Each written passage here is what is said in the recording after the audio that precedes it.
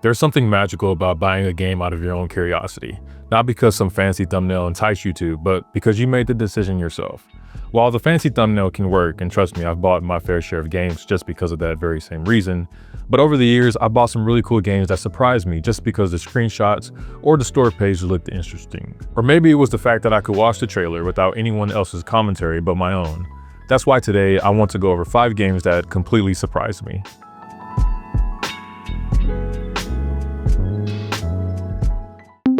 Game number 1, Darksiders 2, the Deathinitive Edition.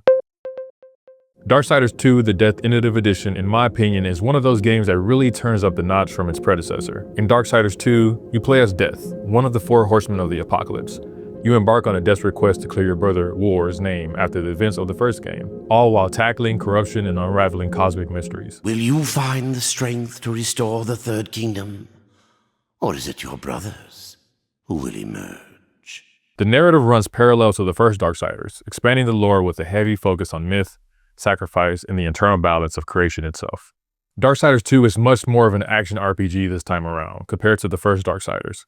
Combat is fluid and dodge-heavy, with death wielding dual scythes, secondary weapons like hammers and claws, and chaining combos for a satisfying finish. Unlike the first game, there are more weapons to choose from. The progression system lets you invest in skill trees, unlock powers, and experiment with different loot types. Armors, weapons, and accessories, even customizable possessed weapons, are set to grow even stronger, granted you have the right gear. Each realm has its own personality. The Forged Lands feel alive with elemental titans, while the Kingdom of the Dead oozes with eerie and a gothic vibe to it. The soundtrack blends sweeping orchestral pieces with haunting, atmospheric tones, setting the mood for both exploration and battle.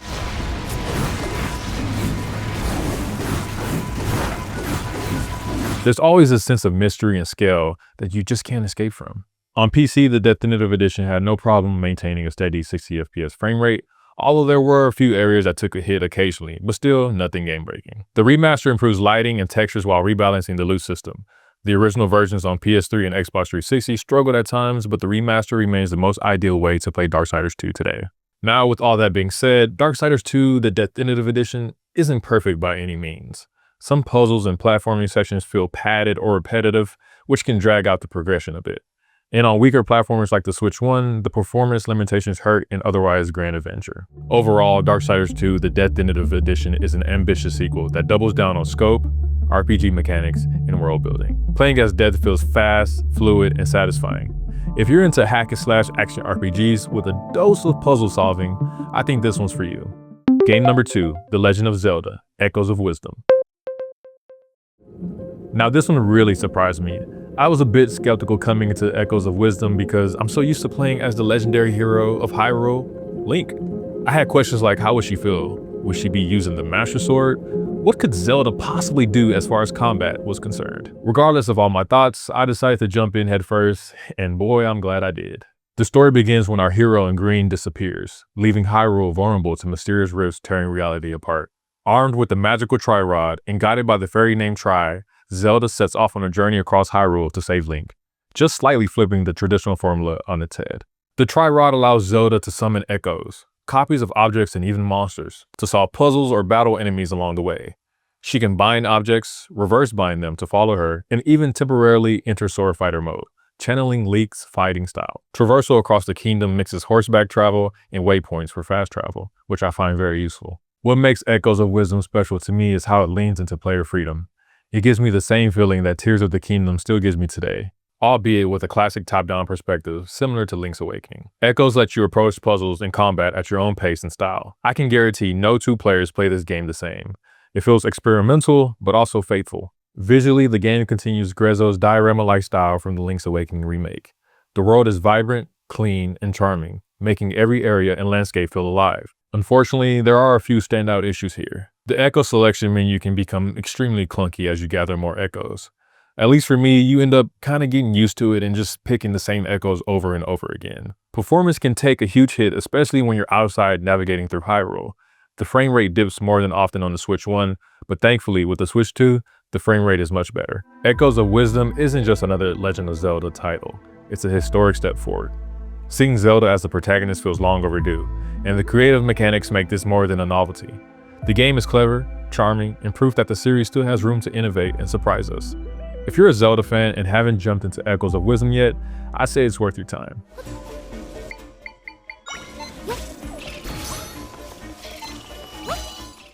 Game number 3, Castlevania Dominus Collection.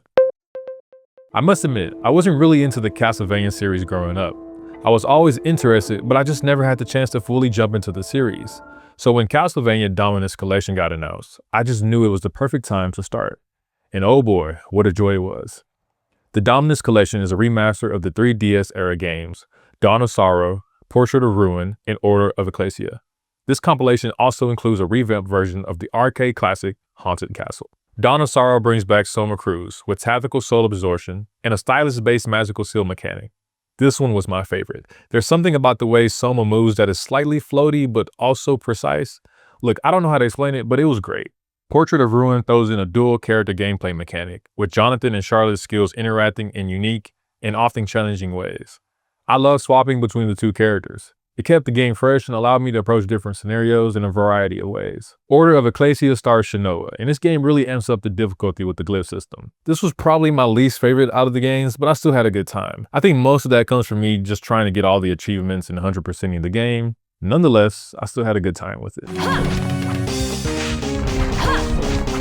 Please over! I'm not a game developer, even though that would be pretty cool. But I'm sure porting the DS games that were initially designed with 2 screens in mind was no small feat. But M2 and Konami pulled it off somehow. The collection offers customizable screen layouts so you can choose how to display map and status info. Add in rewind features plus an all-in-one screen option, and you have a modern design built around classic gameplay. Performance held up really nice for me personally. I played through it on my Steam Deck and honestly I had no major issues.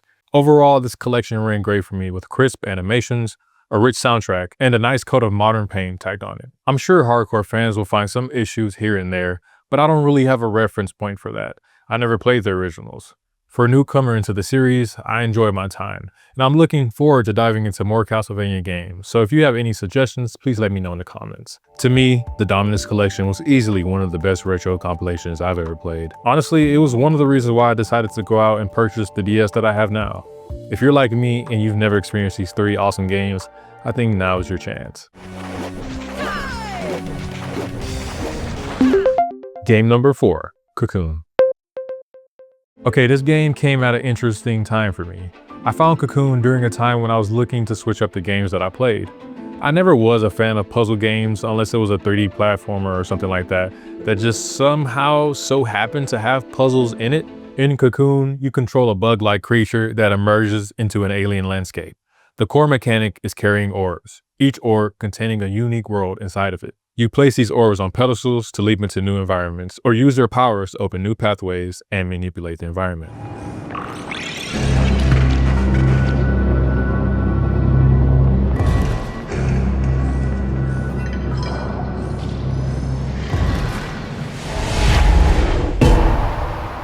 Solving puzzles means thinking across multiple planes, often nesting worlds within worlds. Cocoon's puzzles shine in a graceful learning curve. Mechanics are introduced, layered, and combined elegantly. Environmental cues and intelligent game design guide you without feeling spoon-fed. Occasionally, you'll hit arenas with boss encounters, less frequent but memorable, often requiring you to move orbs and objects strategically to win. Visually, Cocoon unfolds as a biomechanical dream. Metal meets organic, fungal sci-fi. Environments feel strange and alive, crafted with muted palettes to create harmony even as worlds shift. The soundscape, minimal and synthetic, pairs perfectly, swelling when you solve a puzzle and quieting during exploration, anchoring both serenity and wonder.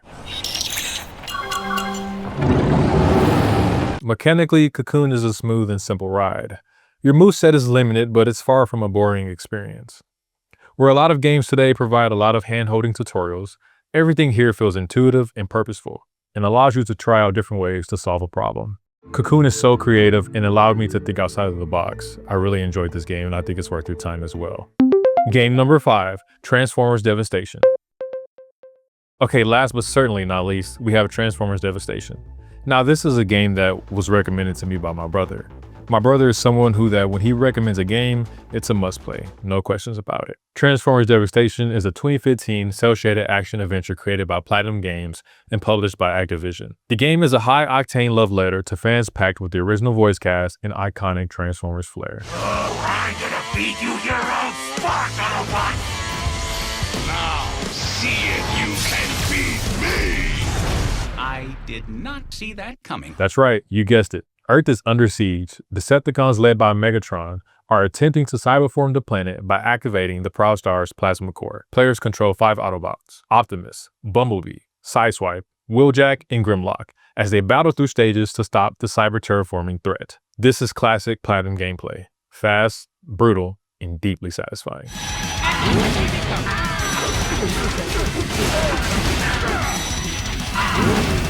You're switching between melee combos with swords, rapid-fire blasters, and vehicle transformations.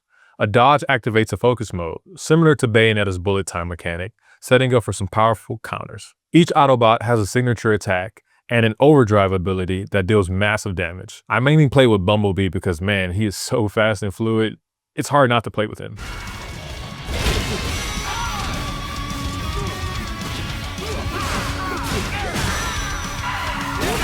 The game looks like a Saturday morning cartoon come to life. Stylized, cel-shaded, vibrant, and deeply nostalgic. It captures the Gen 1 aesthetics perfectly, at least it did for me. I played the original back on my desktop when I still had it, and it ran smooth, even all those years when it came out. The game is a little short lengthwise, but I'm a huge advocate in not needing these long, drawn-out games for every game that comes out. It's a fun ride, so I don't think most people will mind the length. Ultimately, Transformers Devastation is more than just another licensed tie-in. It's proof that when you pair the right developer with the right source material, you can make something special. Platinum Games port their signature combat style into a universe that thrives on action. And the result is a game that feels like a Saturday morning cartoon at full throttle. Yes, the game is a little short, and yes, the environments tend to repeat a bit, but what's here is polished, fun, and endlessly replayable if you're hooked on chasing better combos or higher mission ranks. It's stylish, it's nostalgic, and it's one of the few Transforming games that really captures the essence of the series. If you're a longtime Transformers fan, this is a love letter. If you're an action game fan, this is a hidden gem that deserves your time. And if you're both, well, Transformers Devastation is a must-play. And here we are, 5 games that completely blew my mind. I want this video to also be a reminder to you that sometimes you just need to break out of your comfort zone. Try browsing the stores and see if you can pick up something that you would have never imagined yourself playing otherwise. You might just find your next grand adventure. If you like this video, please let me know your biggest takeaways. And if you would be interested in trying out some of the titles that I listed out here today. Thank you so much for your time. I appreciate you, and I hope you have a fantastic day.